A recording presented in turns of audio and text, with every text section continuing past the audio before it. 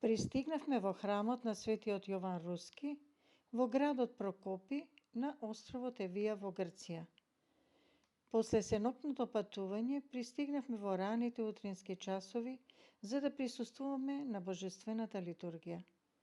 Првиот ден од нашата поклоничка патека и првиот цвет кој ќе биде послан на нашата духовна патека, големиот молитвеник и заштитник на луѓето, преподобниот Јован Руски.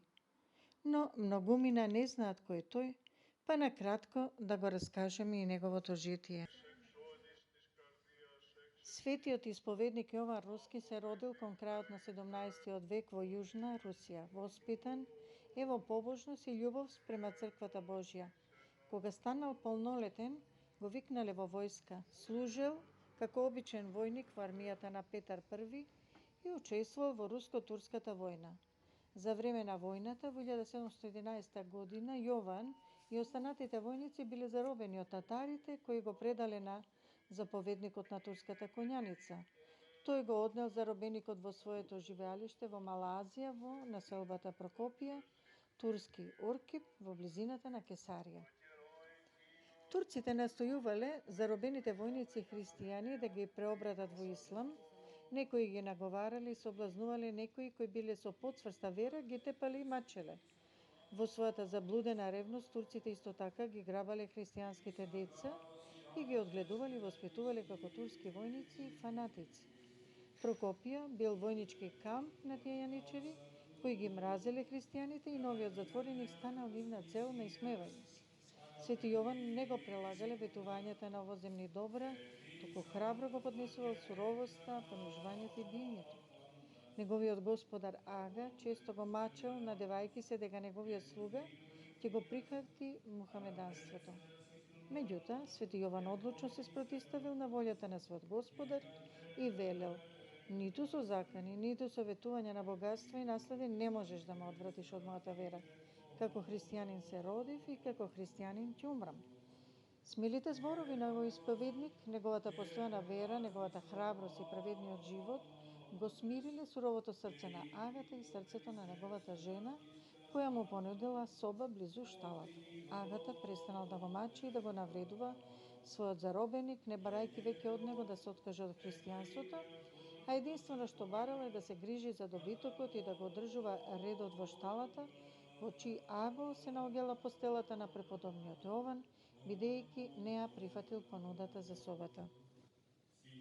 Овој угодник Божи му служел на својот господар од рано наутро до доцна навечер, совесно исполнувајќи ги сите негови заповеди, босоног и полугол ги извршувал своите обврски и за време на зимското студенило и за време на летната жега. Гледајќи ја неговата усрдност, останатите слуги често го исмевале, но праведниот Јован никогаш не се гневал заради тоа. Напротив, секогаш кога можел им помагал во работата и ги тешел во несреќите. Искрената добродушност на преподобниот го смилостивила срцето на Агата, но и на останатите слуги. Агата стекнал голема доверба во него, така што му предложил како слободен да живее каде ќе посака. Меѓутоа, преподобниот избрал да остане во аголот во шталата, каде секоја ноќ можел да се осами во молитва со Давидовите псалми, кои непрестојно ги изговарал, укрепувајќи се во добродетелите и во љубовта кон Бога и луѓето. Јадам моштем малку, а кога требал да се причисти со светите тело и крв Христови, тајно заминувал на сеноќно бдение во храмот на Свети Георги, каде коленичел и се молел до рано наутро. Преподобниот Јован продолжил да му служи на Агата како и порано и без обзир на своето сиромаштво секогаш им помагал на бедните и болните, делејќи ја со нив својата скромна храна. Поради подвигот на Светиот Јован, Господ го благословил и Агата, и тој станал еден од најбогатите и најмоćни луѓе во Прокопија. Агата сватил дека се тоа е поради Свети Јован и не се стеснувал тоа да го исповеда и пред своите сограѓани. Еднаш, додека Агата бил на Аджилак во Мека, неговата жена седела дома, таа ги повикала своите пријатели и роднини за да се молат за неговото безбедно враќање дома. Додека им бил сервиран пилав за јадење, господарката му се обратила на Јован кој служел на масата велејќи: Колкаво би било задоволство тогава на твојот Господар да беше сега тука и да јадеш од овој пилав заедно со нас. Пилавот му била омилена храна на Агата. Желбата за најдобро на својот Господар и верата во Божјата сила го натерала Јован да побара чинија со пилав за да испрати на својот Господар во Мека. На тоа гостите почеле да се смеат, но господарката му дозволила да земе пилав, сметајќи дека ќе го даде на некои сиромашни христијани, како што обично и го правил. Тој ја земал чинијата во шталата и молејќи го Бога, бил услишан така што чинијата ја снемало. Враќајќи се од Мека, Агата ја донел чинијата назад во својот дом. Тој исто така бил зачуден кога видел чинијата во својата закучена соба, кога се вратил од џамија. Уште поголемо било неговото чудење затоа што видел дека на неа се изгравирани неговите иницијали токму како што било со целиот негов прибор за јадење. Тогаш тој рекол: во името на Аллах не знам како дошла до Мека и кој ја донел. Кога неговата жена му објаснила за барањето на Јован, двајцата признале дека тоа е чудо Божјо и дека Јован е праведен човек кој ја нашол милоста Божја. Пред крајот на својот макотрпан и подвижнички живот, преподобниот Јован се разболел. Чувствувајќи дека му се приближува крајот, повикал свештеник за последен пат да го благослови пред исходот на неговата душа. Свештеникот ги понел светите тајни, но бидејќи се плашил од фанатизмот на турците, просветлен од Бога, ги скрил во шуплина со восок, која излабил во една јаболкница и на тој начин безбедно ги предал на светиот Јован. Преподобниот го прославил Бога, се причестил и ја предал својата душа на ден 27. мај 1730 година. Кога му било јавено на Агата дека Јован се упокоил, тој ги повикал свештениците и им го предал телото за да биде погребено според христијански обичај.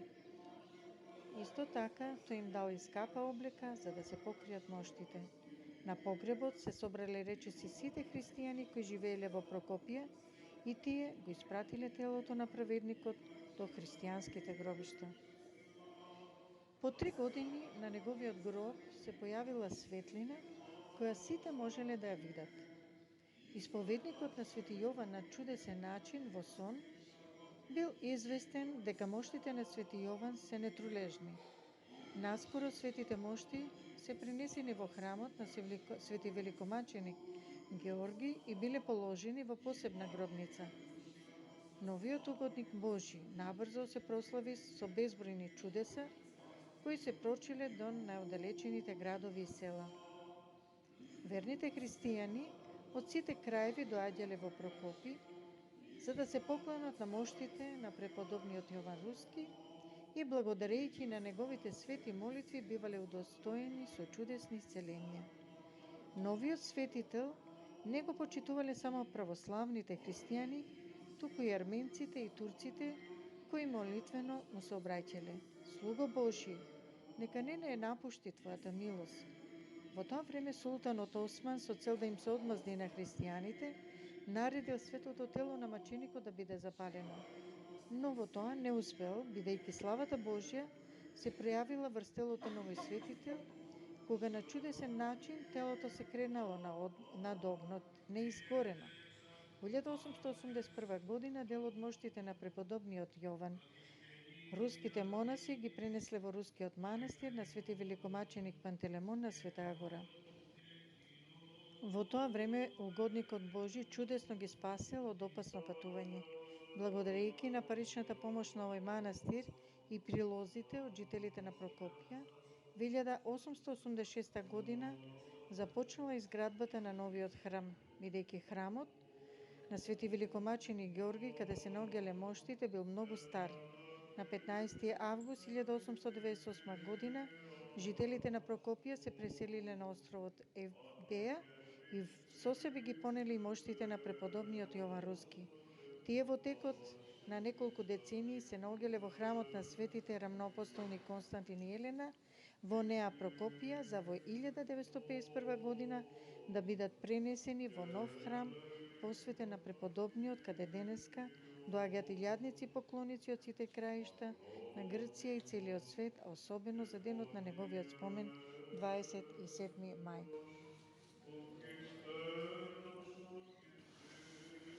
Кога би можела да зборувам за чудата кои се случуваат при средбата на сите тие поклоници, ќе ми требаат многу денови и многу страници да напишам.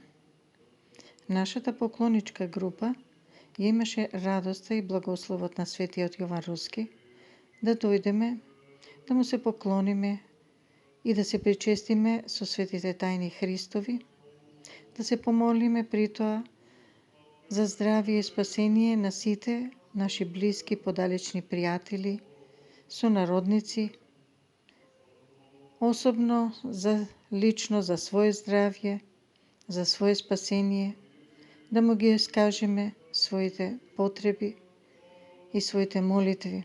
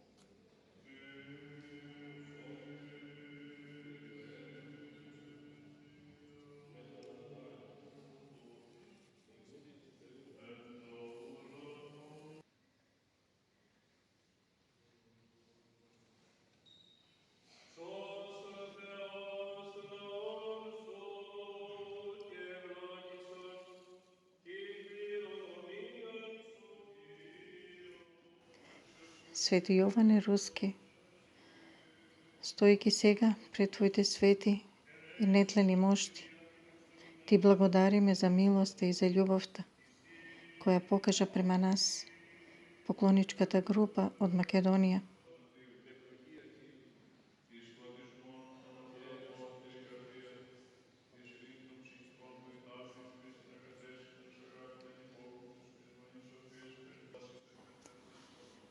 О голем Божји угоднику, Свети Јоване Руски, моли го Бога да ни ги прости гревовите и беззаконијата наши и да не помилува нас грешните и недостојните.